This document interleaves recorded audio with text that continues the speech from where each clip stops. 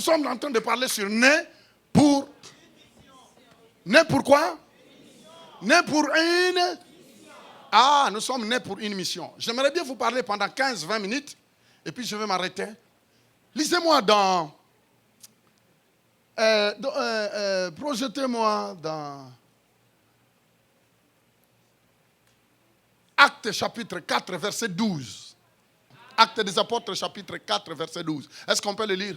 Il dit, il n'y a de salut en aucun autre nom. Car il n'y a sous les ciels aucun autre nom qui ait été donné parmi les hommes, par lesquels nous devons être, dites sauvés.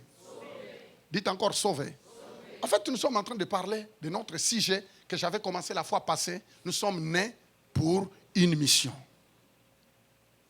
Nés pour une mission. En fait, tu existes sur la terre pour une mission. La première fois que tu es né avec l'aide d'un homme et d'une femme. Mais ce n'est pas cette naissance-là. C'est bien de naître comme ça. Mais la naissance auquel nous sommes en train de parler ici, c'est né dans la famille de Dieu, né dans la famille royale, mais pour accomplir une mission. Et quand on comprend ça, frères et sœurs, quand on comprend ça, c'est que même le travail que nous faisons, n'importe où Dieu nous place, nous connaissons pourquoi Dieu nous place à cet endroit. C'est pourquoi, je me souviens, c'était un pilote d'avion 747. À cette époque-là, c'était une société aérienne qu'on appelait Air Afrique. Alors, il y avait un très grand pilote qui était connu dans cette société aérienne. C'était le pilote Mikwiza. Alors, quand celui qui pilotait de Paris jusqu'à je ne sais pas dans quelle destination, vous savez, comme chaque pilote s'annonce. Et vous savez, à chaque moment que le pilote s'annonçait, tout le monde savait que lui, c'était un enfant de Dieu, mais réellement né de nouveau. Alors, vous voyez, quand il annonçait que c'est le pilote Mikwiza qui est à la commande, ainsi de suite, là, directement, tout le monde dans l'avion, dans les 747, tout le monde respirait. Ça veut dire que même s'il y aura des turbulences, de fait que c'est lui qui est aux commandes, ils avaient de l'assurance. Vous voyez comment parfois même des païens peuvent faire confiance, même des personnes qui ne connaissent pas Dieu, comment ils peuvent respirer le fait de savoir qu'il y a au moins quelqu'un, pas qui prie, mais qui a une relation avec Dieu. Vous savez, c'est ça, parce que tout le monde prie. Quand tu poses la question à quelqu'un, est-ce que tu pries? Il te dira, moi aussi je prie. Et je vous dis que même les sorciers prient. Même les magiciens aussi prient. Les pévianlongs prient. Les bouddhistes prient. Les mormons prient. Mais maintenant, ce n'est pas la question de prier. Ce n'est pas la question de prier. Mais pose-lui la question. As-tu une relation? Si tu lui poses la question, es-tu né de nouveau? C'est là où tout se bloque. Parce que naître de nouveau, c'est la clé de toute chose. Et vous savez, quand tu donnes ta vie à Jésus, et que tu acceptes Jésus comme Seigneur et Sauveur, écoute-moi bien, tu deviens même l'espoir de la société. En fait, pourquoi? C'est parce que tu reçois un statut. Dites statut. Je reviens dans le naturel pour que vous puissiez comprendre. Le jour que tu es parti prêter serment pour obtenir ta nationalité canadienne, on t'a dit toutes sortes de choses. On t'a expliqué toutes sortes de choses. Qu'en tant que citoyen, tu dois te comporter tout. Vous voyez un peu la joie que tu avais d'avoir la nationalité. Et cette nationalité-là, cette identité-là, t'a permis, tu peux être n'importe où. Tu peux être, je ne sais pas, dans une extrémité de la terre. Mais dès que les choses ne vont pas bien, le Canada est obligé d'intervenir. Vous voyez comment les Américains, ils envoient parfois des avions, des hélicoptères pour aller prendre leurs ressortissants. Tout simplement, c'est parce qu'un ressortissant d'un pays a des privilèges, a des droits de ce pays-là. Écoute-moi bien. Si le monde que nous vivons reconnaisse que chaque ressortissant de son pays a des droits et des privilèges. Écoute, en naissant dans la famille de Dieu, vous pensez que le gouvernement de Dieu, vous pensez que la famille de Dieu, le gouvernement de Dieu ne peut pas reconnaître tes droits alors que tu es un ressortissant, tu es un enfant de Dieu, tu es un citoyen du royaume de Dieu. Tu penses que Dieu va oublier tes privilèges? Mais les amis, mais ce que les gouvernements terrestres font, ils ne font que imiter. Ils ne font que imiter ce que Dieu fait.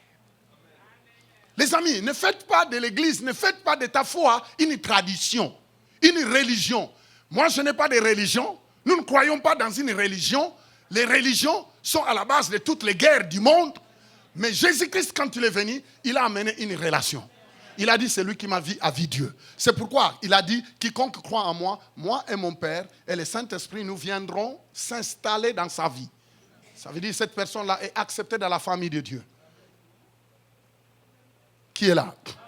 Regardez-moi, suivez, parce que j'aimerais bien expliquer quelque chose à propos de ta mission. Est-ce que vous savez que le fait même de reconnaître que tu es un enfant de Dieu, tu donnes même l'assurance, tu donnes même la joie à chaque environnement que tu mettras tes pieds. En fait, tu deviens l'espoir. Tu deviens l'espoir. Tu es parfois l'espoir de la famille, mais tu ne le sais pas. Parfois, tu es l'espoir de la famille, mais toi, tu ne le sais pas. Alors, je voulais vous dire que vous êtes l'espoir de votre famille. Vous avez des privilèges dans le royaume de Dieu. Vous êtes des enfants de Dieu. Vous êtes les prunelles de l'œil de Dieu. Si quelqu'un vous touche, il touche à Dieu. Qui a compris ça? Et rien ne peut vous arriver si Dieu ne le permet. C'est pourquoi il faut développer à entendre Dieu te parler. Il ne faut pas vivre comme monsieur, madame, tout le monde. Développe ton écoute de Dieu. Et Dieu te dit, je t'ai donné tous ces privilèges. Tu es né dans ma famille, mais tu dois comprendre que tu as une mission. Et cette mission, c'est de parler à l'humanité tout entière qu'il n'y a du salut en aucun autre nom. Car il n'y a sous le ciel aucun autre nom qui ait été donné parmi les hommes par lesquels nous devions être sauvés. Et comprenez cela. Notre mission, c'est d'aller dire aux gens que nous n'avons pas une religion, mais il y a le salut. Dites le salut. Suivez-moi, je vais dire quelque chose. Vous savez, quand on parle du salut, dites salut. Le mot salut en grec, ça veut dire sozo. Sozo qui veut dire, dans le mot salut, parce qu'actuellement, quand on parle du salut, les religieux interprètent cela à leur manière. On dit seulement, on a le salut. Mais ils ne savent pas que le salut, c'est tout un paquet. Quand on t'envoie un paquet, il faut ouvrir le paquet pour découvrir ce qu'il y a. Hello? C'est en ouvrant le paquet que tu sauras ce qui est dans le paquet. Alors que quand, dans le salut, c'est tout un gros paquet. Mais à l'intérieur de ce paquet-là, il y a tout ce qu'il te faut pour ta vie sur la terre avant que tu quittes cette terre pour rejoindre Dieu. Je n'ai pas entendu. Je disais, je n'ai pas entendu. Je répète. Parce que vous savez, ce n'est pas parce qu'on vient tout le temps qu'on a compris c'est quoi ça le salut. Beaucoup de personnes viennent dans les églises et ne comprennent pas le salut. La Bible dit à tous ceux qui ont reçu, à tous ceux qui l'ont accepté, Dieu les a donné le pouvoir d'être appelés enfants de Dieu. Ça veut dire qu'ils sont sauvés, ils ont le salut. Mais le salut, en grec, ça veut dire sozo. Sozo, ça veut dire, dans le salut, il y a, si tu es malade, il y a ta guérison. Dans le salut là que tu as reçu en Jésus, si tu étais pauvre, tu prospères. Dans le salut, si tu vivais dans la peur, tu es protégé. Dans le salut, il y a le pardon.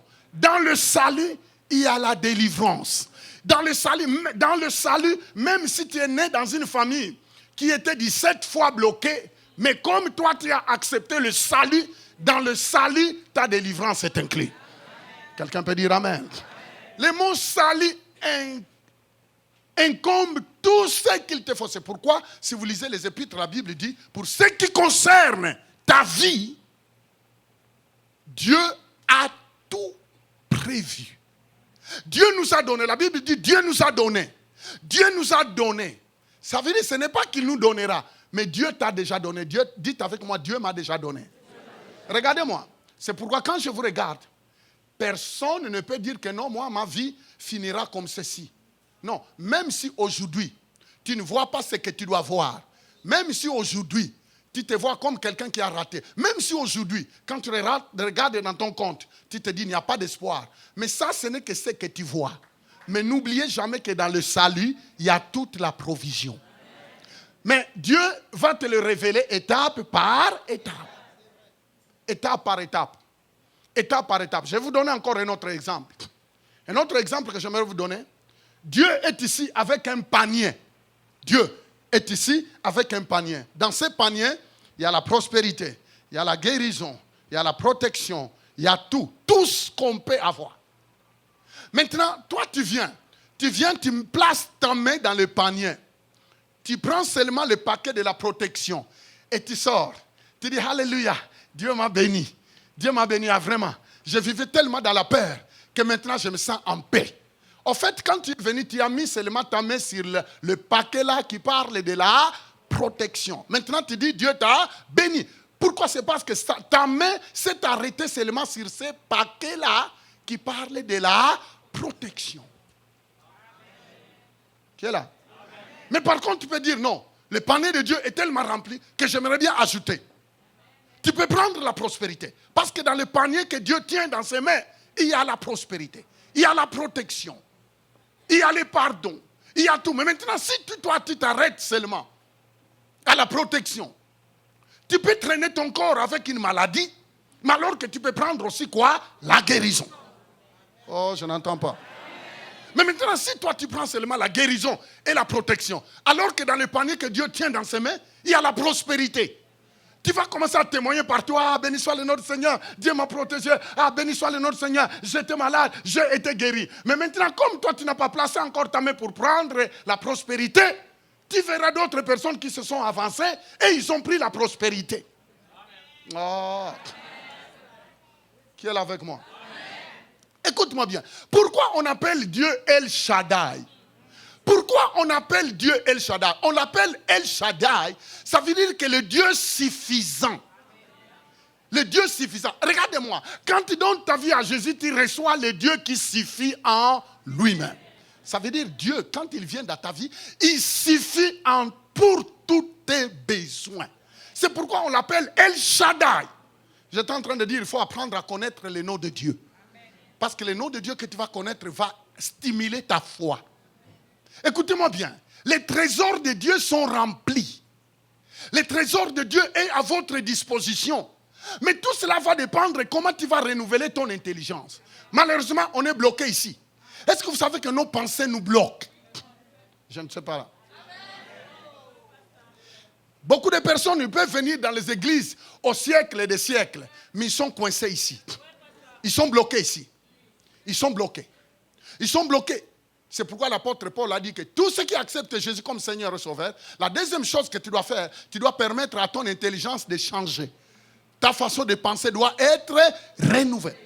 Renouveler, ça veut dire que prends ta façon de penser, allie tes pensées sur ce que Dieu dit.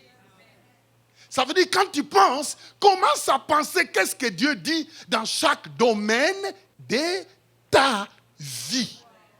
Loué soit le nom du Seigneur. Loué soit le nom du Seigneur. Je disais loué soit le nom du Seigneur. Si tu crois que Dieu ne peut pas te délivrer de la pauvreté, tu peux venir à l'église, tu es sauvé, mais tu resteras pauvre. Pourquoi? C'est parce que la place, la valeur, la connaissance que tu as de Dieu va déterminer ce qu'il va faire. Si tu crois que Dieu peut pardonner seulement le péché, mais il ne peut pas te guérir, tu mourras malade. Si tu crois que Dieu peut te guérir, mais il ne peut pas pouvoir à tes besoins, eh bien, tu es sauvé, mais tu mourras pauvre. Mais il faut croire à tous les aspects de la divinité. Il faut croire. Il faut accepter. Et quitte à toi d'aller devant Dieu en disant, Seigneur, je sais que tu es un Dieu illimité. Tu es un Dieu puissant. Tu crées l'univers. Tu contrôles l'univers. Ma Bible dit que tu es ça. Ma Bible dit que tu es Jéhovah Rapha. Ma Bible dit que tu es Jéhovah Nishi. Ma Bible dit que tu es le Dieu qui pourvoit. Ma Bible dit que tu es le Dieu qui protège. Ma Bible dit que tu es le Dieu qui guérit. Ma Bible dit que tu es le Dieu qui donne des percées. Ma Bible. Au fur et à mesure, tu dis, ma Bible dit, Dieu dit, maintenant tu connais la vérité. La vérité va te rendre libre. Quelqu'un peut dire amen. Quelqu'un peut dire amen. Dieu va te bénir selon l'espace que tu lui donnes. L'espace que tu lui donnes. En fait, la révélation, la connaissance que tu auras de Dieu va déterminer. C'est pourquoi vous voyez dans les églises, il y a d'autres qui sont jaloux. Ils sont là. Ah, mais lui, on a commencé à venir à l'église au même moment. Hein? Mais pourquoi on venait au même moment? Mais lui, il est en train de vivre des choses comme ça. Et moi, Mais non, ça ne sert à rien de les jalouser. Parce que c'est l'espace qu'il a donné à Dieu. Écoute-moi bien. Les secrets est dans l'espace que tu donnes à Dieu afin qu'il puisse la remplir. Si toi tu dis, je ne veux pas limiter Dieu. Dieu est un Dieu illimité. Dieu restera illimité pour toi. Mais pour quelqu'un d'autre, Dieu sera limité. Dieu sera limité. Si tu crois que Dieu ne peut te donner que $500, mais vous n'en faites pas, il ne te donnera que $500 parce que c'est ça que tu crois. Qui est là? Mais si tu crois que Dieu peut t'emmener à un autre niveau, mais vous allez voir que Dieu va t'emmener à ce niveau-là parce que c'est l'espace que tu lui as donné. Quelqu'un peut dire amen.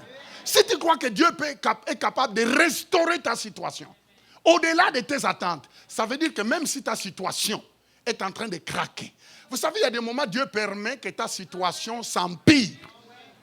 Qui est là avec moi? Il y a des moments où Dieu va permettre que ta situation s'empire. Et tu vois que ça va empirer. Mais même quand tu vois ça, même tout le monde commencera à dire mais il va tout le temps à l'église, mais on ne voit rien. Hein? Ne vous en faites pas. Vous savez, Dieu aime toujours prendre la dernière personne, la gloire. Pourquoi? Il faut que la situation s'empire, afin que quand Dieu agira à cause de ta foi, que tout le monde reste ébahi en disant ouais, cette dame-là a un Dieu puissant. Et cet homme-là a un Dieu puissant. Mais comment est-ce que les gens diront cet homme-là a un Dieu puissant s'ils n'ont pas vu la main de Dieu te faire sortir? Mais tout là va dépendre de la place que tu lui donnes. Et Dieu aimerait bien que toi tu sois son envoyé. Tu es né avec une mission. Quelle est cette mission? C'est que tu ailles partout. Au travail, à l'école. Suivez bien. Nous sommes en plein moment d'évangélisation. Nous avons dit que ce temps jusqu'à la fin du mois de septembre, c'est notre moment d'évangélisation. Mes frères et sœurs, regardez les informations à la radio. Regardez comment des hommes et des femmes, ici au Québec, parlons du Québec, parce qu'on est au Québec. Regardez comment les gens sont en train de mettre fin à leur vie. Regardez la pression de la vie. Regardez un peu ce qui se passe. Est-ce que vous ne voyez pas que peu importe la société, peu importe le niveau du gouvernement, peu importe, mais on voit l'insuffisance, que ce soit du gouvernement terrestre, peu importe nos relations, notre éducation, on voit l'insuffisance de l'homme. C'est que l'homme a besoin de plus que ce qu'il a. Quelqu'un peut dire amen. L'homme a besoin de Dieu. Et quand on parle du salut, le salut, ça veut dire tout est en lui. Écoute-moi bien. C'est pourquoi l'apôtre Paul a dit, je n'ai pas honte. De qui? De l'évangile. L'apôtre Paul dit, moi je n'ai pas honte de parler de Jésus parce que je sais que Jésus, il est la solution pour toute personne sur cette terre. Parce que lui, il a des ressources illimitées. Voyez pourquoi. Tu me diras, mais pasteur, moi aussi j'ai déjà donné ma vie à Jésus, mais jusqu'à présent j'ai des situations qui m'accablent. Oh, toi tu es à l'école de formation. Dites, je suis à l'école de formation. Et parce qu'il y a beaucoup de chrétiens qui se disent, ah non, pasteur, comment voulez-vous que moi j'aille parler de Jésus au moment où moi-même aussi je suis dans une situation qui me bloque. Mais au fur et à mesure, tu diras, je suis dans une situation qui me bloque et que tu ne veux pas aller témoigner Jésus. Tu ne veux pas parler de la suffisance de Jésus. Tu resteras bloqué dans ta situation. Mais par contre, quand toi tu fais ce que Dieu te demande de faire, tu dis aux gens, vous savez, un jour le Seigneur m'a dit, Fofi, ce n'est pas parce que tu es dans une situation, ce n'est pas parce que tu as un problème que tu dois limiter ma puissance. Même quand toi-même tu as un problème, mais dites à la personne que tu croises que Dieu est capable de te donner la solution. Ce n'est qu'en ce moment-là que moi je viendrai te donner la solution. Qui est là avec moi? C'est ça la foi. C'est ça la foi. Je dis c'est ça la foi. Parce que sinon on se laissera limiter par ce que nous vivons. Nous vivons dans une société qui a besoin d'un plus. Nous vivons dans une société qui est dans une situation de désespoir. Nous vivons dans une société où ils ne voient que leur salaire. C'est pourquoi vous voyez quand quelqu'un perd l'emploi, il pense que c'est la fin du monde. Il est prêt à arrêter sa vie. Nous vivons dans une situation où des familles, des personnes rencontrent des situations dramatiques qui n'ont pas planifié. Rupture de mariage, décès. licenciement, perte d'emploi, maladie, toutes sortes de choses qui viennent d'une manière imprévisible. Maintenant là, à un certain moment, quand tu regardes de gauche à droite, tu vois qu'il n'y a plus une porte de sortie. Mais je vais vous dire, s'il y a une porte de sortie, c'est Jésus. Dieu, il a la solution en toutes choses. Je vous l'ai dit. Et c'est pourquoi le Seigneur nous dit, ne fermez pas vos bouches. Ne fermez pas ta bouche. Pasteur, je ne connais pas beaucoup de versets. Tu n'as pas besoin de connaître beaucoup de versets pour témoigner Jésus. Pour parler de Jésus. Tu n'as pas besoin d'un doctorat en théologie pour imposer les mains à quelqu'un au travail. Tu n'as pas besoin de diplôme en théologie. Tu as besoin seulement de reconnaître que Dieu est en toi. Tu as besoin seulement de reconnaître que Christ est en toi. Tu as besoin de reconnaître que le Saint-Esprit est en toi. Qu'à chaque moment que tu déplaces avec lui. Qui est là avec moi? Je veux dire, qui est là avec moi?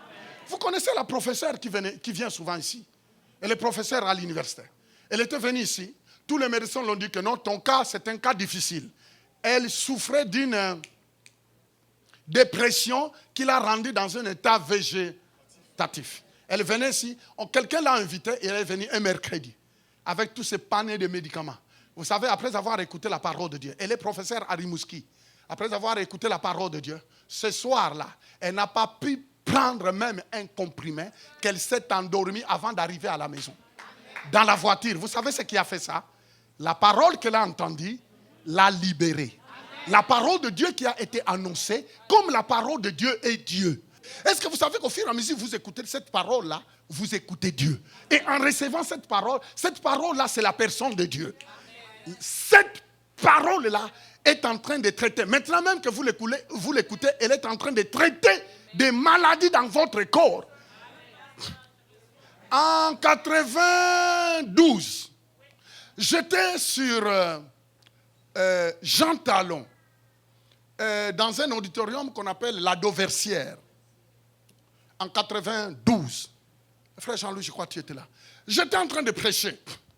J'étais en train d'expliquer la parole de Dieu. Et puis le Seigneur me dit, il y a une personne ici qui a un problème dans sa tête. Et tous les médecins ont essayé. Ça n'a pas marché. Effectivement. Vous savez, j'étais en train de prêcher.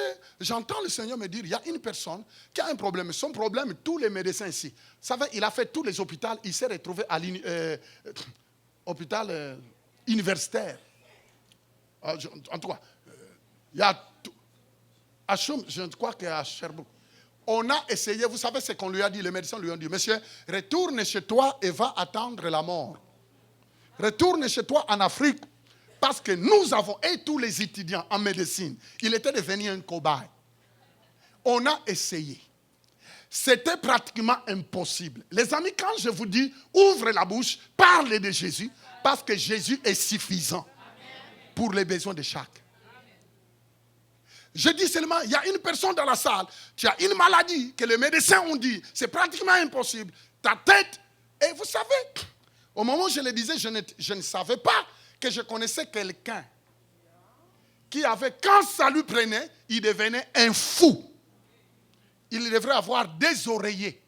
Mais j'étais en train de prêcher, j'avais complètement oublié. Et le Seigneur me rappelle. Je dis, directement, je dis, ça doit être un tel. Je dis, monsieur, viens. Vous savez, il est venu, il a couru. Il a fait, je crois, à 3 mètres. La puissance de Dieu l'a saisi. Je crois que le frère Jean-Luc, c'est comme quelqu'un qu'on a ramassé et qu'on a projeté à terre. Et c'est la tête qui a frappé sur le béton. J'ai entendu seulement, pouf! Je dis, Et vous savez, le temps de le relever, il était complètement guéri. Jusqu'aujourd'hui. Jusqu'aujourd'hui. Je dis jusqu'aujourd'hui. Jusqu'aujourd'hui. Vous voyez un peu la médecine de Dieu? Et tout cela se trouve dans le salut. Voyez pourquoi l'apôtre Paul a dit, je n'ai pas honte de parler de Jésus. Malheureusement, nous vivons dans une société où nous sommes plus des raisonneurs, des philosophes. Et on a hérité de la mentalité française. Les philosophes, Tout ce qui n'est pas logique n'est pas logique. Alors 2 fois 2 égale 4. Mais pour Dieu, 2 fois 2 égale autre chose. Est-ce que vous comprenez? Elle disait, est-ce que vous comprenez? Pourquoi vous devez témoigner Jésus? Pourquoi vous devez emmener Jésus à d'autres personnes? Pourquoi vous devez emmener Jésus partout où vous allez? Pourquoi Jésus doit être témoigné partout où tu es? Pourquoi tu ne dois pas avoir honte? Pourquoi tu dois seulement parler de Jésus? C'est parce que quand quelqu'un reçoit Jésus, il reçoit le salut.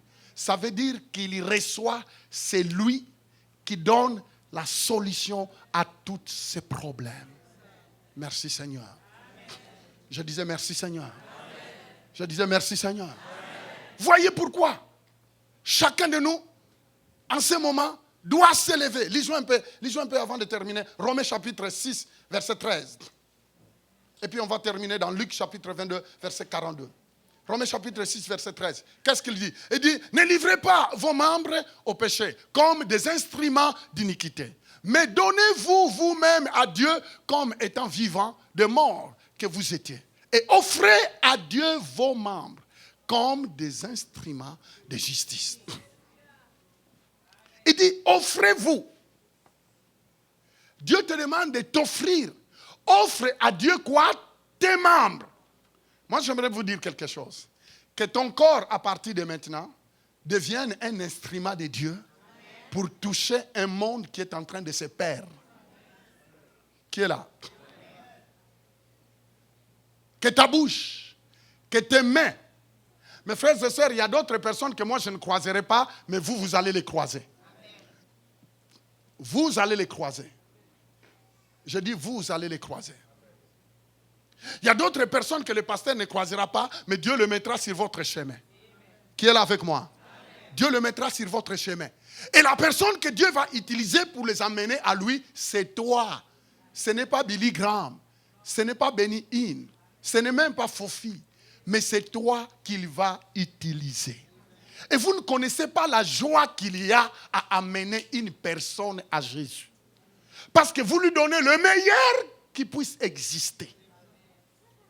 C'est pourquoi Dieu dit, offrez-vous à Dieu. Ça veut dire quoi? Devenez des instruments. Regardez-moi. Quand tu deviens un instrument pour Dieu et que Dieu passe au travers de toi, ne vous en faites pas, Dieu va s'occuper de vous. Quand Dieu commence à passer par toi. Je vais vous donner quelques exemples. Mais vous savez, je suis arrivé à la maison, c'était dans les années, je crois, 94. Et j'étais invité dans une maison d'un président. J'arrive là-bas. Moi seul, j'avais la couleur. La plupart des gardes du corps qui étaient là, c'était des hommes d'une autre couleur. Et j'arrive, je me posais, je me disais, je suis venu dans cette maison, comment et pourquoi? Pourquoi? C'est parce que dans l'humain, je ne m'attendais pas à me retrouver là. Vous savez, dans la vie, il y a d'autres endroits, dans l'humain, il te sera impossible d'être là. Mais j'ai compris tout simplement à cause de Jésus-Christ que j'ai décidé de témoigner sans complexe, sans honte. Vous savez ce qui est en train de nous détruire, c'est les complexes. Dites complexe. Et la honte, dites la honte. Les gens n'ont pas honte d'ouvrir des pistes dans les anniversaires. Ils sont prêts à danser n'importe quelle musique. Mais seulement quand il faut parler de Jésus, ils ont honte. Ils ont honte. Ils disent, ah non, moi je ne peux pas. C'est pourquoi vous voyez, il y a d'autres personnes, d'autres chrétiens, il arrive quelque part, il a honte même de dire qu'il est chrétien. Il a honte même de bénir un repas. Il a honte même d'oser. Il a honte. Au fait, à un certain moment, quand toi-même, regardez-moi, même dans le naturel, si tu as honte de ta personne, vous savez que tu as un problème. Et il y a beaucoup de personnes qui ont honte d'eux-mêmes. Il arrive quelque part, il a honte de lui. Vous voyez que ces gens-là souffrent parce qu'ils ont honte d'eux-mêmes, ils ne s'estiment pas. Et quand tu ne t'estimes pas, tu es prêt, tu es victime au suicide. Il faut apprendre. David dit, je bénis le Seigneur parce que Dieu m'a créé une meilleure créature. Il faut apprendre à t'estimer. Il faut apprendre à te valoriser. Il faut apprendre à te donner la valeur. Parce que si toi-même tu ne te donnes pas de la valeur, ne vous en faites pas. Ce n'est pas tout le monde qui sont prêts à vous donner de la valeur. Amen. Je n'ai pas entendu. Amen. Je disais, je n'ai pas entendu. Estime-toi d'abord. Valorise-toi d'abord. Regarde-toi sur le miroir. Dis-toi, Dieu m'a créé beau, belle. Béni soit le nom du Seigneur. Je suis un prince. Dieu a le meilleur pour moi. Dieu a un avenir meilleur pour moi. Béni soit le nom du Seigneur. Peu importe ce que les gens disent. Mais Dieu me donne le meilleur. Vous savez, quand je suis rentré, on m'a dit, monsieur, tu peux t'asseoir. Vous savez, il y a des protocoles. Il y a d'autres places, tu ne peux pas t'asseoir n'importe comment. Il faut savoir dans quelle position tu te tiens. Et quand tu salues une autorité, il y a des choses que tu ne peux pas faire. Il faut d'abord que lui te tend la main. Attends, je ne veux pas vous... Vous savez, si tu te presses, tu dis, hey, il vient d'où? Tu ne peux pas entrer dans la maison d'un roi comme un laboureur qui vient de la forêt. Et vous savez, parfois, il faut se renseigner. Quand tu te retrouves devant une telle personne, comment tu dois te comporter? Parce que c'est ça qu'on appelle protocole. Dites protocole. Regardez-moi. Il y a des protocoles qu'il faut suivre. Il y a des protocoles. Et moi, j'avais déjà des renseignements. Vous savez, quelqu'un a visé, il se renseigne. Non, j'ai rendez-vous avec telle personne. Comment je dois me comporter? Il y a d'autres personnes qui sont tellement orgueilleux, imbus, qui ne veulent même pas tirer des informations à quelqu'un d'autre. Mais tu ne peux rien. Tu ne peux rien. Renseigne-toi comment se tenir devant telle personne. Parce que tout le monde ne sont pas au même niveau. Quelqu'un peut dire amen. Parce que sinon tu risques de te fermer des portes. C'est pourquoi même quand tu viens devant Dieu, tu commences à prier. Ne te présente pas devant Dieu n'importe comment. Qui est là? Ne te présente pas devant Dieu n'importe comment parce qu'il est l'autorité suprême. Mais tu ne sais même pas le protocole de Dieu. Ah, je viendrai dans ça. Dites, tu viendras dans ça, pasteur, n'oublie pas. Alors j'ai suivi les protocoles, je me suis assis. Mais vous savez, en respectant mes protocoles que j'ai appris, ça fait que ça crée une atmosphère. Mais je devrais garder au fin fond de moi que j'étais là pour une mission. Que j'emmenais le roi qui est au-dessus.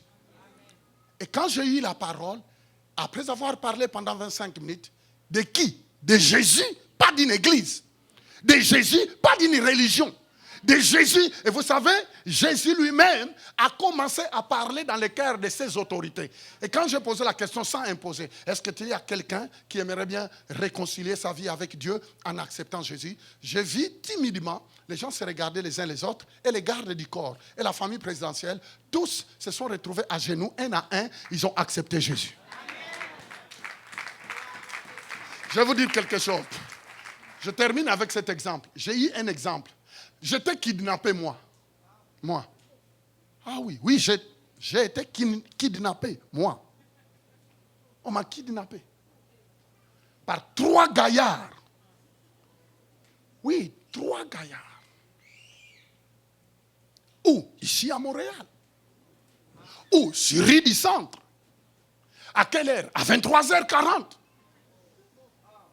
Oui. À ce moment-là, j'étais célibataire, j'avais ma Bible. Je revenais de Vie et Réveil chez le pasteur Carbone. Et je retournais. J'arrive, comme j'étais célibataire, je voulais acheter quelque chose. Du lait, tout simplement pour boire. Et comme j'avais la Bible, je vois 3 messieurs rentrer dans le dépanneur. Il me dit, monsieur, ça c'est quoi? Je dis, mais c'est ma Bible. Il dit, monsieur, tu n'as pas à parler. Et il regarde au chef de dépanneur, il dit, tu ne dis pas un mot, parce que nous avons besoin de ces messieurs-là. Et il m'a dit, monsieur, tu n'as pas besoin de bouger. Parce que quand je regardais leur taille, c'était des personnes d'origine indienne. Costaud. Il m'a dit, monsieur, tu peux nous suivre parce qu'à cette heure, vous savez, quand il fait froid, tout est flou. Alors j'ai dit, mais écoutez, je ne sais pas, Seigneur, c'est quoi? Ben, écoute, à cette époque-là, on n'avait pas de cellulaire à cette époque. On n'avait pas, vous avez le cellulaire. Ça veut dire que je ne pouvais pas, et surtout, le dépanneur, là, on lui a dit, monsieur, malheur à toi. Tu ne dis pas un mot. Et certainement, il le connaissait. Et il m'amène dans un endroit, quand on est arrivé, mon ami, on est monté dans les escaliers. Arrivé à la maison, je trouvais 3 filles, mais qui étaient sous la drogue, mais d'un autre niveau. Écoute-moi bien, je vais vous dire quelque chose. On me dit, monsieur, assis-toi là, parce qu'aujourd'hui, tu vas nous expliquer. Quand notre frère est mort dans le combat au Vietnam, où était Dieu? Alors, ça serait bien que tu nous expliques, parce que ça sera la fête. Nous, la mort ne nous dit rien, la prison ne nous dit rien. Mon ami, j'ai vu l'autre entrer dans la chambre, il a mis un masque. Mais ce type de masque-là, c'est terrible. Et j'ai vu des types de couteaux qu'il est sorti avec. Les amis, il y a d'autres écouteurs, ne fais même pas que tu les regardes. Parce qu'avant que ça te touche, tu es déjà mort. Tu es déjà mort. Alors j'étais là, mais je n'ai pas tremblé. Je n'ai pas tremblé, je savais que tout ce que Dieu fait, il est fait pour un but. J'étais là, je le regardais. Elle a dit, monsieur, qu'est-ce que vous voulez que je vous dise? Je dis, monsieur, tu dois nous convaincre, tu dois nous parler de ces dieux-là, parce que tout peut arriver. Alors j'ai commencé à leur expliquer comment j'ai donné ma vie à Jésus. Ils étaient debout, et je voyais des filles titubées. Alors j'ai commencé à leur expliquer qui était Jésus. Et vous savez, après 15 minutes seulement que j'ai eu à expliquer, j'ai vu le numéro 1, le gang s'est écroulé. Brrr, à terre. Le deuxième s'est écroulé. Je dis, mais wow. Et finalement, c'est les filles qui s'écroulaient. Je dis, qu'est-ce qui se passe? Et le Seigneur m'a dit, toi, tout ce qu'il te faut, ouvre la bouche et moi, je suis là. Écoutez-moi bien, j'ai vu des choses. Et finalement, il y a une fille qui a vu que... Elle m'a dit, monsieur, est-ce que tu veux manger des cacahuètes? Je dis, oh, au moins, ça me fait du bien, parce que ça faisait depuis le matin, je n'en fais pas. Alors, j'ai pris les cacahuètes tout en sachant que mes ennemis sont à terre. Ah. Vous savez, je n'avais pas besoin de dire, bon, je vais me sauver, parce que je voyais déjà la victoire. Vous savez, écoute-moi bien, Jésus, dites Jésus. Quand je te dis parle de Jésus, c'est qu'il y a des choses qu'on a vues. Vous savez, après quelques minutes, je dis, mais il faut quand même que je sache ce qui se passe. Je dis, monsieur, est-ce que j'essaie de le soulever? Impossible. Alors il me regarde, il me dit, monsieur, qu'est-ce que tu m'as fait? Je dis, moi, qu'est-ce que je t'ai fait? Est-ce que moi je t'ai touché? Non, mais tu m'as fait quelque chose.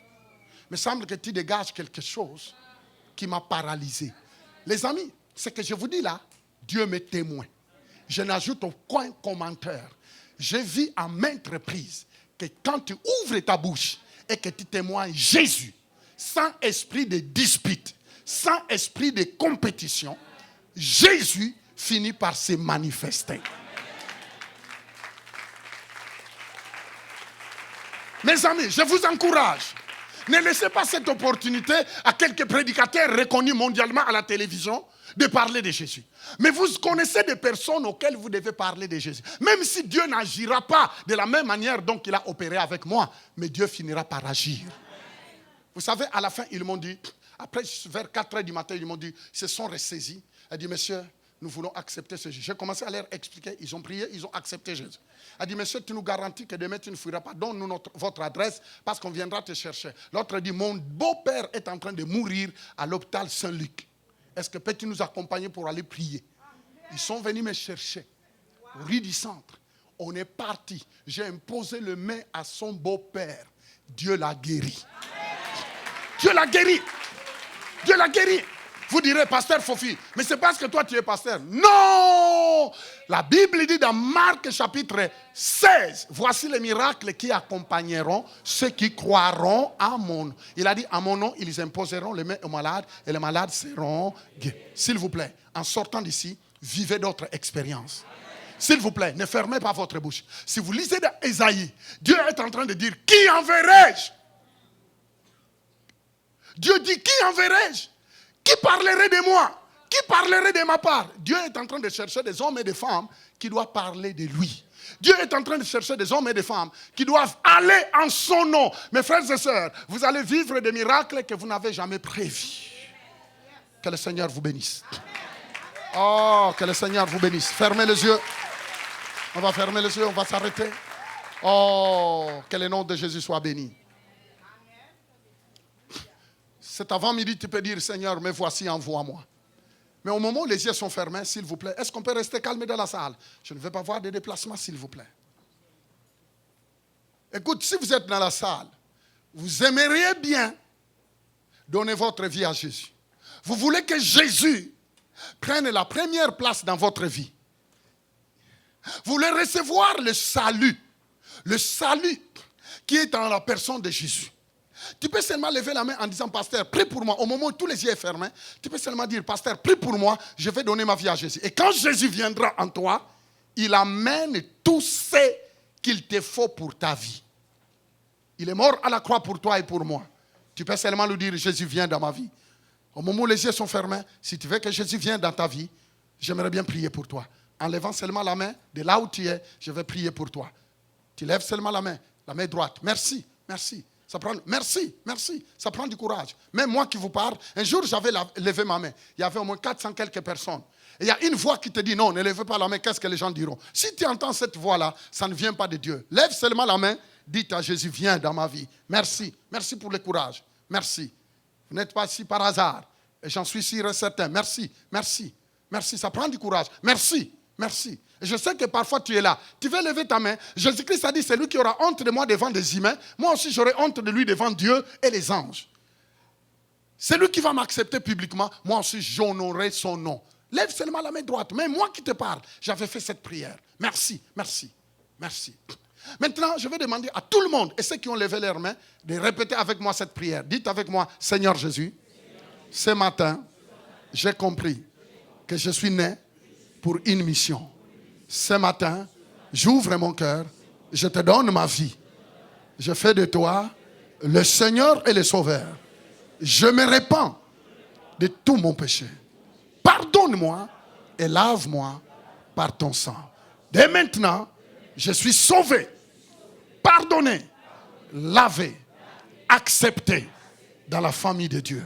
Au nom puissant de Jésus, que j'ai ainsi prié. Amen. Quelqu'un peut dire un bon amen? Écoutez-moi bien. J'ai des cadeaux que je donne à ceux qui donnent leur vie à Jésus. Si tu es dans la salle, tu as levé ta main, j'aimerais bien t'inviter. Venez me serrer la main. Venez me serrer la main. Si tu as levé ta main, venez me serrer la main. Venez me serrer la main. Venez me serrer la main. Venez, sous les acclamations de tout le monde. Tu peux venir me serrer la main, s'il vous plaît. Venez me serrer la main. Donne-moi une seconde. Merci. Venez me serrer la main. Oh, il mérite l'acclamation, s'il vous plaît. Merci. Donne-moi une seconde. Oh, merci, ça va. Oh, merci, mon ami. Oh, merci. Merci, mon ami. Écoute-moi bien. Oh, merci. Oh, ça s'en vient. Oh. Merci. Oh, ça c'est la maman de Léon Tilly, hein? Écoute-moi bien. Je vais vous dire quelque chose. Écoutez-moi bien. Ce que je vous dis là, ce que je venais de vous dire, Dieu m'est témoin. Je n'ai pas ajouté même un commentaire. Jésus est une personne vraie. J'ai parlé de lui dans tous les milieux possibles. Et c'est pourquoi je vous encourage que maintenant que vous venez de donner votre vie à Jésus, n'ayez pas honte de dire à quelqu'un. Dieu va mettre des personnes sur votre chemin que vous allez croiser, qui ont des sérieux problèmes. Ne regardez pas à tes capacités, mais voyez celui qui vient d'arriver en toi, Jésus. Dites-leur que je connais quelqu'un qui est capable de te donner la solution à tout ton problème. Il s'appelle Jésus. Et si la personne est encore ouverte, dis-lui, j'aimerais bien que nous prions ensemble. Vous serez étonné avec des mots seulement, de peu de mots que tu diras, Jésus sera là, il va les toucher. Il va les toucher puissamment et vous serez étonné de voir ce que Dieu est capable de faire. Tendons nos mains. Seigneur Dieu, je te confie cette dame. Je te confie ce monsieur. Je te confie mon frère. Je te confie cette dame. Je te confie ces jeunes. Je te confie ces jeunes. Ces jeunes. Ma maman, Père Céleste, enfin que tu puisses encore graver cette parole et que tous ces gens-là deviennent des témoins oculaires de ta puissance. Au nom de Jésus, que tous les plans du diable soient annihilés dans votre vie. Qu'à partir de maintenant, que ce soit le commencement des commencements au nom de Jésus. Amen. Regardez-moi.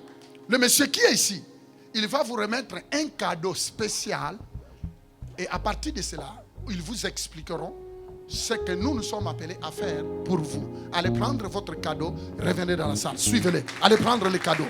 Merci. Sous les acclamations de tout le monde. Est-ce qu'on peut les accompagner pour leur servir le plus vite possible sous les acclamations de tout le monde? Merci. Donnez une bonne main d'acclamation. Nous sommes presque à la fin. Mais je vais prendre une minute. Je vais prendre seulement quelques secondes. Une minute. Écoute-moi bien. Je vais prendre une minute pour prier. Je sais que parfois tu es venu ici avec un problème qui te dérange. Et ce problème-là t'a dérangé toute la semaine. Et on t'a dit qu'il n'y a pas de solution. Et toi-même, en pensant, en raisonnant, tu as vu qu'il n'y a pas une porte de sortie. J'aimerais te dire cet avant-midi, à ce moment que je vous parle, à 11h20 et quelques, Jésus a une solution pour toi. Tout ce que je vais vous demander, c'est de fermer les yeux. Je vais lever une prière qui va amener un miracle en sortant d'ici. Père Céleste, c'est toi qui connais chaque personne qui est venue dans cet endroit. Moi, je ne connais pas leurs problèmes, mais toi, tu connais les problèmes. Seigneur, s'ils ont quitté leur maison, ils sont venus dans cet endroit, c'est dans le but de vivre une touchée de toi, de ta part, une visite de ta part. Oh, éternel Dieu, ce que moi je ne peux pas faire, toi tu le fais. Père, maintenant, étonne-leur en manifestant ton amour dans leur vie, en leur donnant la solution à chacun de leurs problèmes. Et c'est ton nom seul qui sera glorifié. Au nom de Jésus que j'ai ainsi prié, que le peuple de Dieu dise 3 fois Amen, Amen.